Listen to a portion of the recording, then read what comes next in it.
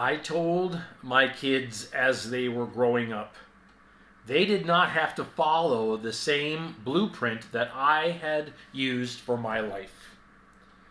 I had worked the 9 to 5. I had joined the military. I'd done these types of traditional work.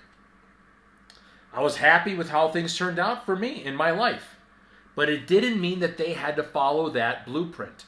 Times change, jobs change, what a career is changes. And I wanted them to think outside the box. What works for you? What's going to be the best for you? Do you have an idea that hasn't even been thought of yet? Follow it. Go for it. You're young. You're motivated. You can even make mistakes and recover from them. So pursue a path that is less traveled. Don't follow the blueprint that the masses do or that others do. Be your own person in life and try something experimental, unique. That's the world we live in today.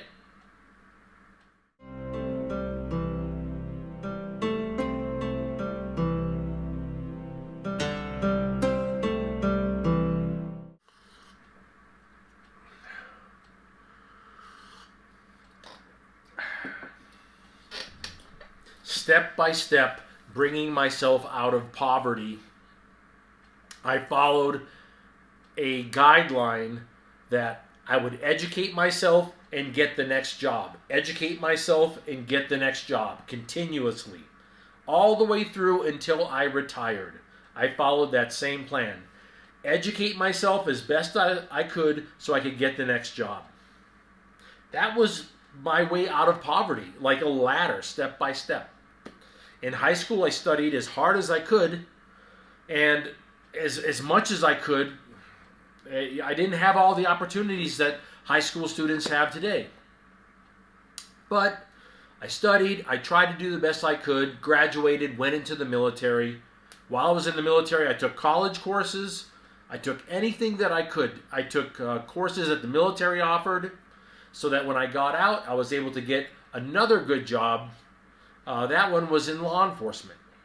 While I was in law enforcement, I studied college at night. I took that degree and I got into a professional field and continued on. Never stopped. When I got into a professional field, I studied for my master's degree, got it, moved to a different professional level field, a higher level field. And I just continued on. It was a ladder to dig myself out of poverty that I was born in. It was not the only way to do it, but it was the way I set up my plan. And I just think that through my lifetime, I've had to think outside the box. Not follow the same guidelines as others. I'm not going to stay in the same place. I'm not going to work the same job. In fact, just the opposite. I'm going to move constantly, and I'm going to change jobs constantly as I educate myself to build my income, keep investing, and change my life. And I wanted my kids to understand they could do the same thing. Not following me, but following their path.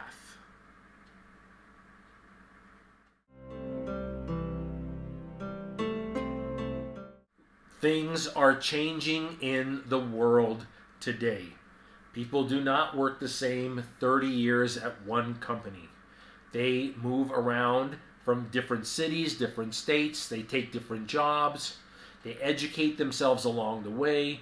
And they work, like I talked about in an earlier video, the gig economy, which is basically you have the skills that's being looked for. You might work 6 months, 9 months, 1 year in one location and then move on to another contract. That is the gig economy. In this new way of working, this new idea of what a career is, I find it fascinating and I find it exciting for young people today that are living in this. I think it offers a lot of interesting differences. You don't have to follow the same path that everyone else takes. take your own path. Even create it if it's not there. Create your own path if there is no guideline currently available for it. What works for you? Maybe study some IT skills and work online from home. Maybe do a job overseas that saves you some money in taxes and gives you a chance to see the world a little bit. Maybe do a seasonal job so that you get some time off. Or you do a winter job in one location, a summer job in another location. I've met people that do both. I've met people that do summer jobs in the industry of mountain biking. They do summer work in mountain biking in certain resort areas. And then I've met people that do winter jobs in resort areas. I remember having a good conversation with a gentleman that worked for the company North Face. And he basically worked through the winter for North Face and snowboarded and enjoyed himself on his time off. And then during the summer, it was basically just a half a year type semi-retirement for himself. And I just think that is really the way that we are heading. There is no norm anymore, and we should break free from the idea of a norm.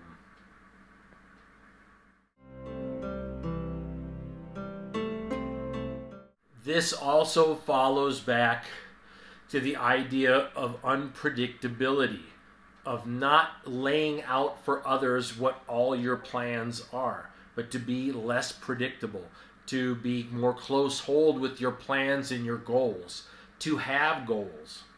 And let's talk about that. When you live this sort of modern work style that we have today, you still will have goals for yourself.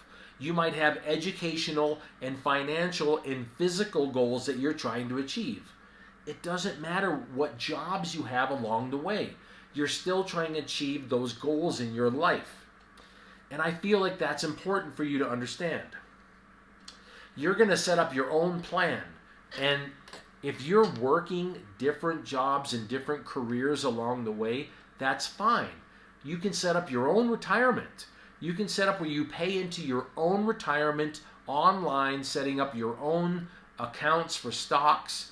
You can buy real estate along the way and do other types of investing as well. So you're building your own retirement even though you're changing jobs. That's very different from the old school of you work at one job for decades, you retire with a pension. Those days are gone. In fact, I don't really know anyone that's on a pension other than retired military individuals. I have met some people in my lifetime who have retired from airlines and they have a pension from that airline and that sort of work. But other than that, I don't hear much about pensions anymore. You need to set up your own retirement and your own long-term goals for yourself.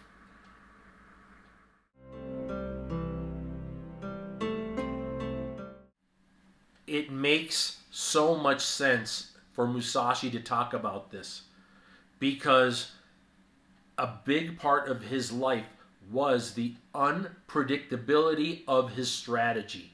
The reality that you didn't know how he was going to go into the battle. He didn't follow what people did before him, specifically, so they had no idea what he was going to do. Also, he would just change things up on the fly. There's famous stories of him not using swords in battles, but instead grabbing things like bamboo sticks and that, and using them in battle. Unpredictability. Ways of psychologically antagonizing his enemy because they had no idea of what he was going to do. He was a wild card for his time. I would ask you to think the same way in life, to be that wild card, and in a good way. I'm not saying to in any way put yourself or your long-term career in jeopardy. That's not what I'm saying. I'm saying feel free to put together a life that works for you. Not one that pleases somebody, not one that pleases your parents, not one that pleases society, but one that works for you. And this is the opposite of what I have done for much of my life. I've been working for the government, working for law enforcement in my community. I went back to work for the government again, working in counterterrorism. Then I went back to the government again, working in IT after the age of 45. Constantly working these 9-to-5 type jobs, changing them up for sure. And I found that to be very interesting, as well as changing locations and working overseas. However, if I could instill anything in you, it is that you don't have to follow the norms and guidelines that society says you're supposed to do to be successful. Set up your own retirement and then make your own plan. Let's summarize this with the idea that you are going to create the life that is best for you and make changes when that is best for you, not when it's best for others. You may have to change your location. You may change your career.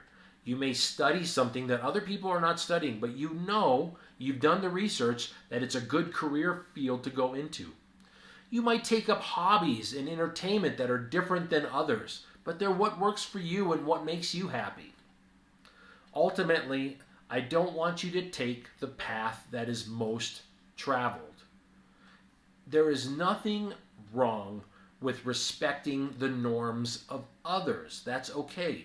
But for your own life, build the life that's best for you. Be creative about it. Be a little crazy about it. That's okay.